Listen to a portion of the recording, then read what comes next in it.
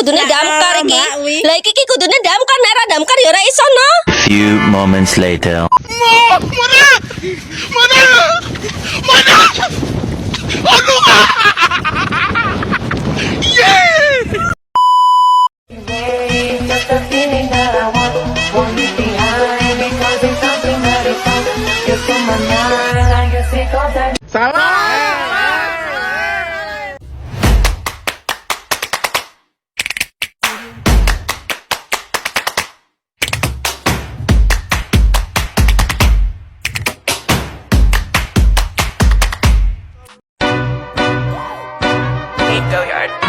I got so much motherfucking design on right now.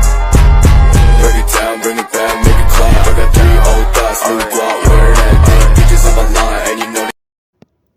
Perang Salib merupakan salah satu perang paling dikenal sepanjang sejarah. Perang ini tidak hanya ditujukan untuk memperebutkan kota suci Yerusalem, namun secara tersirat dianggap sebagai perang suci antara agama besar yaitu Islam dan Kristen. Berikut 8 periode perang Salib dalam catatan sejarah.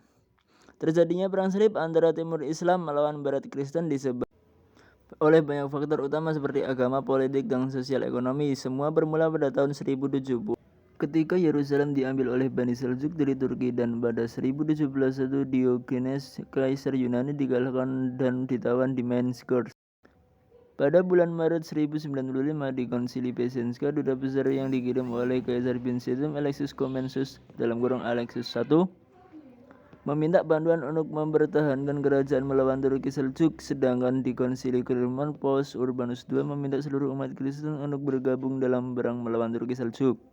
Setelah masa damai di masa umat Kristen dan Muslim hidup berdampingan di tanah suci Yerusalem, tentara Islam yang dipimpin oleh Imam Desa. Setelah kekalahan ini menyebabkan Paus Eugenius III menyerukan perang salib lainnya pada tanggal 1 Maret. Perang salib baru didukung oleh berbagai pangkuan yang paling terkenal dengan berasal dari Calafreux. Pada tahun 1180, Salahuddin Al-Ayyubi berhasil merebut Yerusalem setelah meraih kemenangan atas pasukan salib di pertempuran Hattin. Paus Gregorius VIII menyerukan perang salib ketiga yang langsung disambut oleh Raja Richard dari Inggris, Kaisar Romawi Suci Fredrik, dan Raja Philip III dari Prancis. Perang salib keempat dimulai pada tahun 1202 oleh Paus Licinius III dan maksud untuk menginvasi tanah suci melalui Mesir. Perang ini juga menjadi kendaraan bagi ambisi politik Duque Enrique Dandolo di Venezuela memperluas kekuasaan Venesia di timur dekat dan melepaskan diri dari Bizantium. Melalui prosesi doa dan khotbah, gereja berusaha untuk kembali mengadakan perang salib. Pada tahun 1215, Dewan keempat Lateran merumuskan sebuah rencana untuk pemulihan tanah suci. Pada fase pertama, pasukan perang salib Hungaria Austria bergabung dengan pasukan Raja Yerusalem dan Pangeran Antiochia untuk merebut kembali Yerusalem di tahun 1217. Setelah berulang kali melanggar sumpahnya dalam perang salib, Kaisar Fredrik II diekskomunikasi oleh Paus Gregorius IX pada tahun 1228. Namun ia berlayar dari Brindisi mendarat di Palestina, dan melalui diplomasi ia mencapai kesuksesan yang tak terduga. Al-Kamil memberikan Yerusalem, Nasr, dan Bethlehem kepada tentara salib dalam jangka waktu 10 tahun.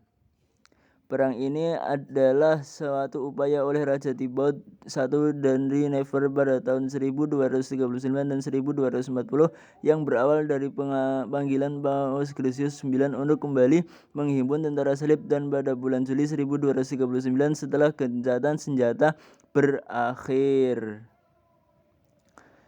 Kepentingan kepausan yang diwakili oleh Templar membawa konflik dengan Mesir pada tahun 1243. Pada tahun berikutnya, pasukan Khwarizm yang dipanggil oleh anak Al-Kamil, Al-Adil, menyerbu Yerusalem. Tentara salib dengan gabungan kaum Franka dan tentara bayaran Badui tetap kalah telak oleh pasukan Berbers dari suku Horsemen dalam kurun waktu 48 jam. Pertempuran ini dianggap oleh banyak sejarawan sebagai lonceng kematian bagi negara-negara Kristen. Sebagai bagian dari Perang Salib ini, Louis IX dari Prancis tetap mengorganisasi Perang Salib melawan Mesir hingga tahun 1254.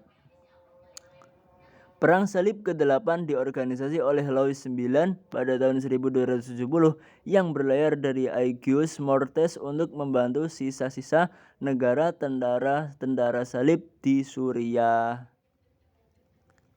Namun, Perang Salib tersebut malah dialihkan ke Tunis, tempat Louis menghabiskan 2 bulan terakhirnya. Atas usahanya, Louis kemudian menjadi seorang santo. Louis Missouri AS dinamai untuknya. Perang Salib ini terkadang dipecah menjadi Perang Salib ke-8 dan ke-9. Terima kasih.